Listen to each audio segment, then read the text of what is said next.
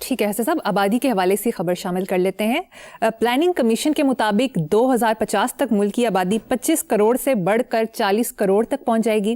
آبادی بڑھنے سے صحت، تعلیم، روزگار، پانی، خوراک، دیگر بنیادی سہولیات پر شدید دباؤ بڑھے گا.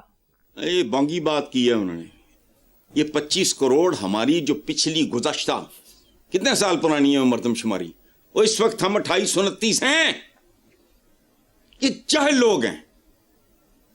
کامن سینس ہے نا، گروتھ کا سارا ریٹ سامنے ہے. It's not very difficult to calculate کہ اب 25 نہیں ہے، ہم ابھی سنبھالے نہیں جا رہا ہے. وہ 40 کروڑ کو رو رہا ہے پلاننگ کمیشن. اب کیا ہے؟ بھوک، ننگ، غربت، قرضہ، جہالت. ابھی بچی کا ذکر نہیں کہ 3 سال آنکھیں نہیں اپنی، کبھی کہیں چہرہ نہیں اپنا. وہ بھوک ہے اعضاء، کہیں اعضاء کو نہ کھا لیں. یاد رکھو، بار بار بار بار بار بار کہہ رہا ہوں، اس دنیا میں 10 20 50 ہزار لاکھ بندے کو یہ بات یاد رہے گی کہ وہ کیا کہا کرتا تھا. افقی، عمودی، بنیادی اور جوہری تبدیلیوں کے بغیر بد سے بدتر وہ تو ہو چکا، بدترین ہوگا. اور اس کام کے لیے بھی یاد رکھو تمہارے پاس اب صرف چند سال ہیں، ورنہ الٹے بھی لٹک جانا. اس ملک میں حکومتیں چلانے والوں کی تعداد کم اور تارا مسیح جیسے لوگوں کی تعداد بڑھاؤ. جاگیرداری نہیں وہ ٹکا نہیں دیں دے، تنخواہ دانا دے پیچھے چڑھے ہیں. اب وہ سارا کچھ ریورس ہوا ہے، سارا کچھ. قیمت ریورس نہیں ہوئی، اتنے بڑے ڈنڈیاں مار رہے ہیں لوگوں قدم قدم تے بیوقوف بنا رہے ہیں. دیکھیں، مجھے آج تک سمجھ نہیں آئی، انصاف جہاں نہیں ہے وہاں کچھ بھی نہیں ہے. مجھے نہیں سمجھ آتی کہ خاص طرح کے کیسز کے لیے ایک وقت کیوں نہیں اس کا تعین ہو سکتا کہ جو سیشن کورٹ میں اتنی دیر کے اندر فیصلہ کرو اس کیس کا، اس کیس کا، کیس ٹو کیس، پراپرٹی کا، جائیداد کا ہے، ناجائز قبضے کا ہے، طلاق کا ہے، جو واٹ ایور نان سینس، لوٹ مار کا ہے، کرپشن کا ہے. ہائی کورٹ اتنے میں کرے، سپریم کورٹ اتنے میں کرے. کہو جج کم ہے تو سیاستدان کٹاؤ، جج بداؤ. کوئی سنا ہے جس کا کوئی لمٹ ہی نہ ہو. I give you a task and vice versa. مجھے کوئی کام دیتا ہے، میرا ادارہ دیتا ہے، آپ دے دو. میرے والد اللہ مرحوم یا میری والدہ، اس کا کوئی ہوتا ہے نا کہ اچھا بیٹا میٹرک 10-15 سال چ کر لیں، یہ تو دل آئے میٹرک کر لیں، اسی تیری ہیوی سکول فی دندے جاواں گے. کوئی سر پیری نہیں ہے. اگر یہ دنیا میں نہیں ہوتا تو بھاڑ میں جائے دنیا. Why can't you do it? Hare nature of the case دیکھ کے کہ اس طرح کے کیسز کا فیصلہ لوور کورٹس میں اتنے ہفتوں میں یا مہینوں میں، ادھر تیسری نسل پھر رہی ہوتی ہے، سر پیری کوئی نہیں. آپ نے جو ابھی بات کی ہے، میرا پہلے دل کیا جب میں نے دیکھا کہ میں آپ کو منع کر دوں یہ سوال نہ کرنا. اچھا، پھر میں نے کہا چلو ٹھیک. یہ سائی وال میں رکشہ ڈرائیور میاں بیوی نے باہمی رضامندی سے انہوں نے شادی کی تھی. باہمی رضامندی سے انہوں نے خوشی خوشی خودکشی کر لی. کہ میں نہیں کہہ رہا، خبریں ہیں. جی. اچھا، نئی موٹر سائیکل چلانوں سے تنگ آ کے پیٹرول کو آگ لگا دی، نارمل ہے. باپ نے بھوک سے تنگ آ کے پورا گھرانہ ذبح کر ڈالا، نجات دلا دی. تل مرنے سے بہتر ہے یکمشت مر جاؤ. اچھا، اور یہ محض پرومو ہے، یاد رکھنا 13 کروڑ لوگ روزگار کی تلاش میں جاب مارکیٹ میں کھڑے ہیں. یہ ریلا کہیں بھی جا سکتا ہے. ہر تیسرا تقریباً بندہ بے روزگار ہے. اور جب یہ سارے کے سارے کروڑوں بے روزگار ہو گئے تو ایک بات یاد رکھنا، ہر ایک عمل کا رد عمل ناگزیر ہے. یزید کر گیا جو اس نے کرنا تھا، بحث میں نہیں پڑتے. پھر کون آیا؟ مختار سقفی ان کا نام تھا. چن چن کے مارا، کتوں کی موت مارے گئے وہ سارے.